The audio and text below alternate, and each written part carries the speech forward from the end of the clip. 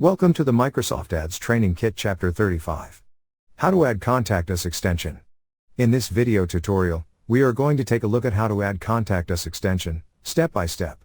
So let's get started. So from our Microsoft Ads dashboard, select All Campaigns and then select Campaigns.